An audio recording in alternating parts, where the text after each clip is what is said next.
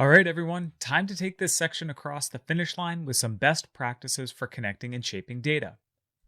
Now, number one, get yourself organized before even loading any data into Power BI. I've said it before and I'll say it again. Defining those clear and intuitive table names right from the start will save you a ton of time in the future. Updating table names can be a big headache down the road, especially if you've already referenced them in multiple places, like DAX measures. Also, I highly recommend establishing a clear and organized file folder structure that makes sense from the start. This will help you avoid having to go in and modify your data source settings anytime those file names or locations change. Number two, I'd recommend disabling report refresh for any static sources in your model. And at the end of the day, there's no need to constantly refresh those sources that don't update frequently, or in some cases, at all, like lookups and static data tables. So you only really need to enable refresh for tables that you expect to change over time.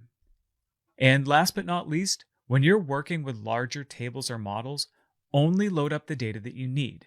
So there's no point in including hourly data when you only need daily, or product level sales and transactions when you only care about performance at a store level.